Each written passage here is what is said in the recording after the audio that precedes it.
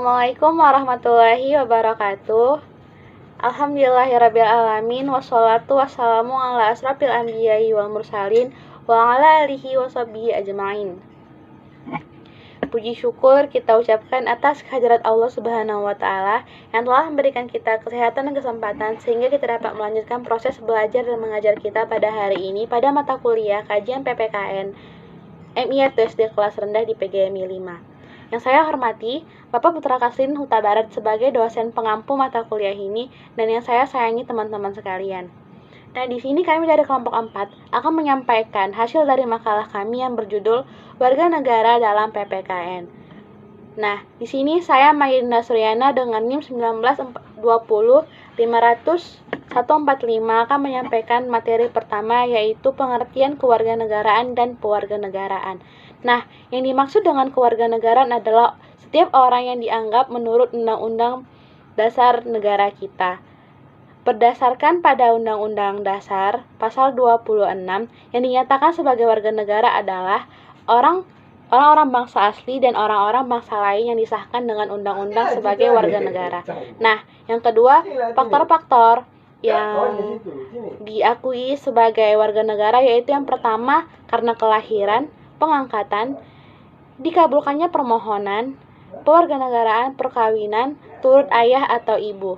Nah, yang ketiga, setiap orang yang berdasarkan peraturan perundang-undangan atau berdasarkan perjanjian pemerintahan rakyat Indonesia dengan negara lain sebelum undang-undang ini disahkan, jadi warga negara itu disebut sebagai warga negara Indonesia.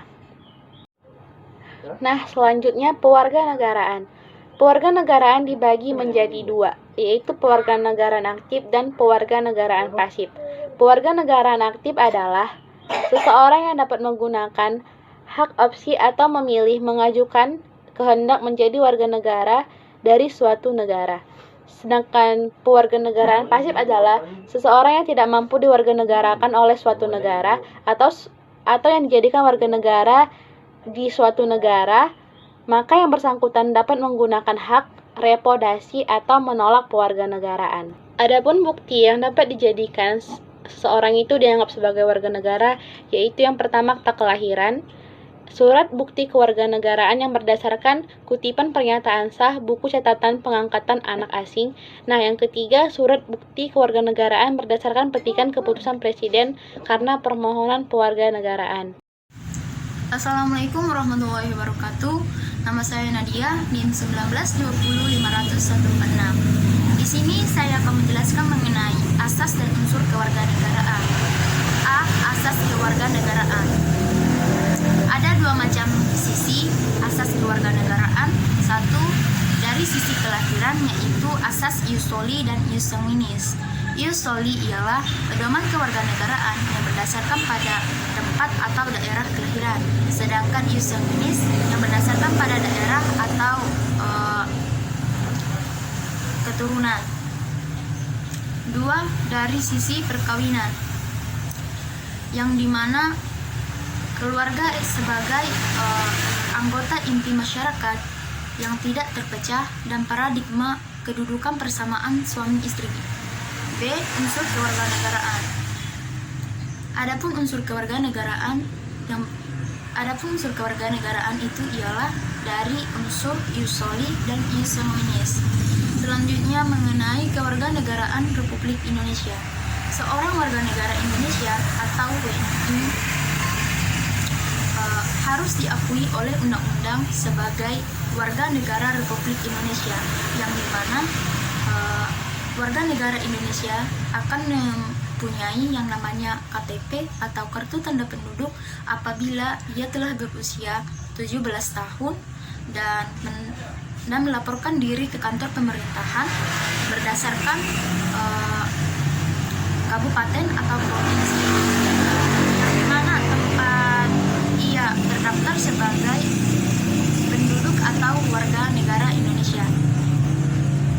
Dan di KTP ini akan mempunyai nomor identitas yang unik, yaitu nomor induk kependudukan atau biasa kita sebut dengan NIK. Menurut Undang-Undang Nomor 12 Tahun 2006 tentang kewarganegaraan Republik Indonesia.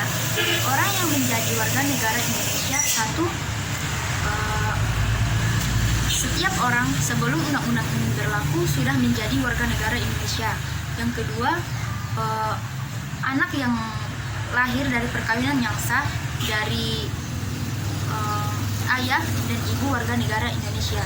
Tiga, anak yang lahir dari perkawinan yang sah dari ayah warga negara Indonesia dan ibu warga negara asing, begitupun sebaliknya. Empat, anak yang lahir dari seorang ibu warga negara Indonesia dan ayah tidak memiliki kewarganegaraan atau hukum negara asal sang ayah tidak memberikan kewarganegaraan kepada anak tersebut. 5. Anak yang lahir dalam tenggang waktu 300 hari setelah ayahnya meninggal dunia dalam perkawinan yang sah dari ayahnya dan ayahnya warga negara Indonesia. 6. Anak yang lahir di luar perkawinan yang sah dari ibu warga negara Indonesia.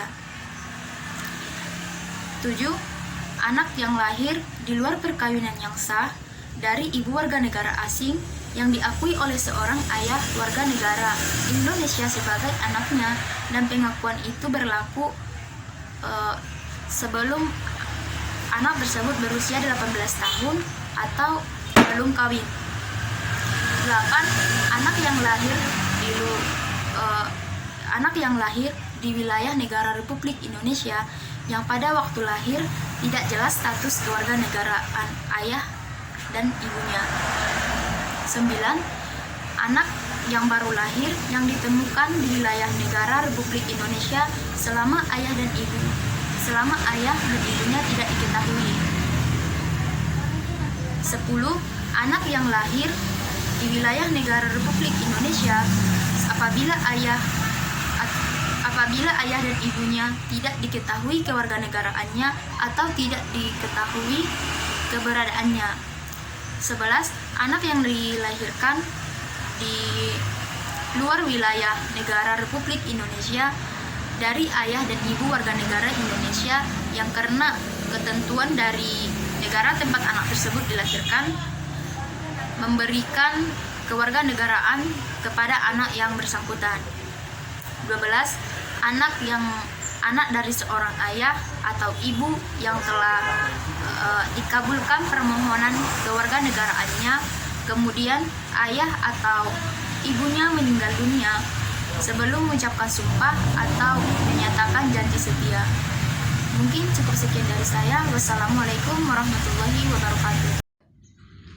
Assalamualaikum warahmatullahi wabarakatuh. Saya Nisa Handayani. Di sini saya akan menjelaskan masalah kewarganegaraan. Masalah kewarganegaraan meliputi yang pertama apatrid. Apatrid adalah adanya seorang penduduk yang sama sekali tidak mempunyai kewarganegaraan. Contohnya, Anda warga negara A atau ius soli, lahir di negara B atau ius sanguinus, maka Anda tidaklah menjadi warga negara A dan juga Anda tidak dapat menjadi warga negara B. Dengan demikian, Anda tidak mempunyai warga negara sama sekali. Yang kedua, bipatrid. Bipatrid adalah seorang penduduk yang mempunyai dua kewarganegaraan sekaligus atau kewarganegaraan rangkap. Contohnya, Anda keturunan bangsa B atau ius sanguinus, lahir di bangsa B, maka Anda dianggap sebagai warga negara B, akan tetapi negara A juga menganggap warga negaranya karena berdasarkan tempat lahir Anda. Pengertian ius soli dan ius sanguinus. Ius soli adalah asas yang menentukan kewarganegaraan seseorang menurut daerah atau negara tempat ia dilahirkan. Contohnya, Anda dilahirkan di negara A, maka Anda akan menjadi warga negara A, walaupun orang tua Anda adalah warga negara B. Yang kedua, ius sanguinus. Ius sanguinus adalah asas yang menentukan kewarganegaraan seseorang menurut pertalian darah atau keturunan dari orang yang bersangkutan tadi. Contohnya, Anda dilahirkan di negara B, tetapi orang tua Anda di negara A, maka Anda tetap menjadi warga negara A. Cukup sekian yang dapat saya sampaikan. Terima kasih. Wassalamualaikum warahmatullahi wabarakatuh. Tugas dan kewajiban warga negara serta pemerintahan. Tugas dan kewajiban warga negara antara lain yaitu menjunjung tinggi dan menaati peraturan perundang-undangan yang berlaku.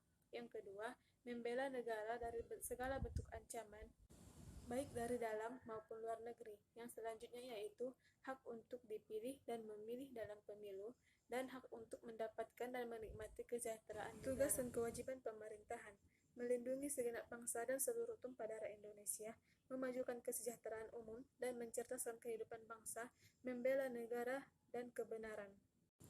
Kesimpulannya, setelah kita mempelajari makalah ini, dapat kita simpulkan bahwa berkewarganegaraan yaitu hal yang harus diketahui oleh setiap warga negara.